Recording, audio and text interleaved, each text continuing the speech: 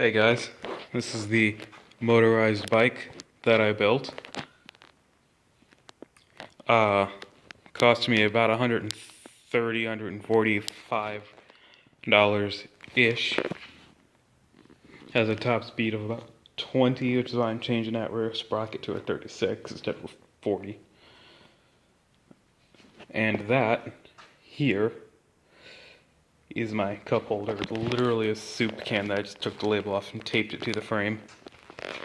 And the reason that seat looks like that is because without it, this is the most uncomfortable seat known to man.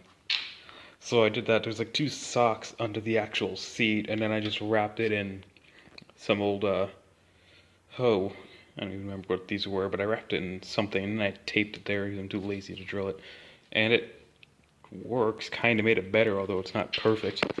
The only thing I've actually had to replace on this is this fuel cap, because if you can see right there, if you can see right there, the actual latches are inside the actual cap, so I can't ride it, or else I smell like gas for the rest of the day. I do actually run this with a straight pipe. The muffler cap is right here. The reason I don't run it with the muffler cap on is because this thing's engine power, it gets completely destroyed with it. This engine was $120 on Amazon. I'll post the link in the description if you want it for some ungodly reason. I had to take this to my uncle, who's a mechanic, to get this running, because I did everything. I checked the timing, it was right. The gas was getting into the piston, it was sparking at the right time. It just wasn't doing anything, it wasn't firing, and he adjusted something and got it to run. I'm not entirely sure what he did to it, but there you go. I do have to get new fuel lines though, because if you can see, sorry for the poor light, I'm doing this in my garage if you don't hear the echo.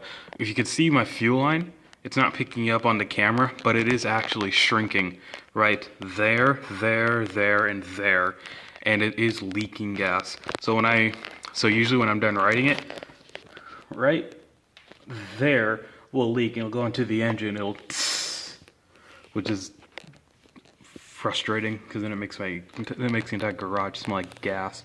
So you need to find a way to fix that. The funny thing with this is that is not the original carburetor. The original carburetor is right here.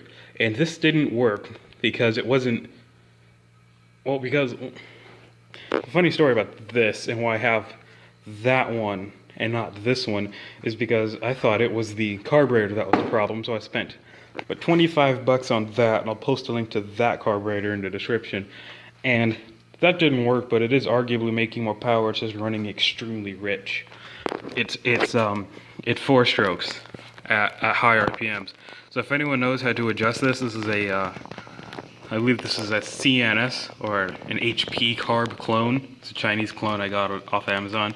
Again, I'll post a link in the description for it if you want it.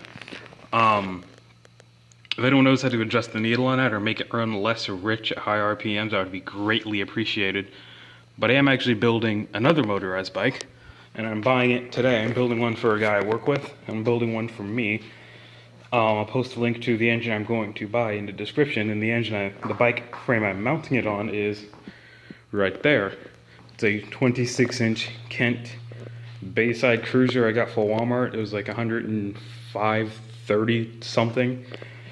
And I want to put it, this is the this is the bike I originally wanted to put the engine on, but the reason I couldn't was because it didn't come with mounts that would fit around this down tube.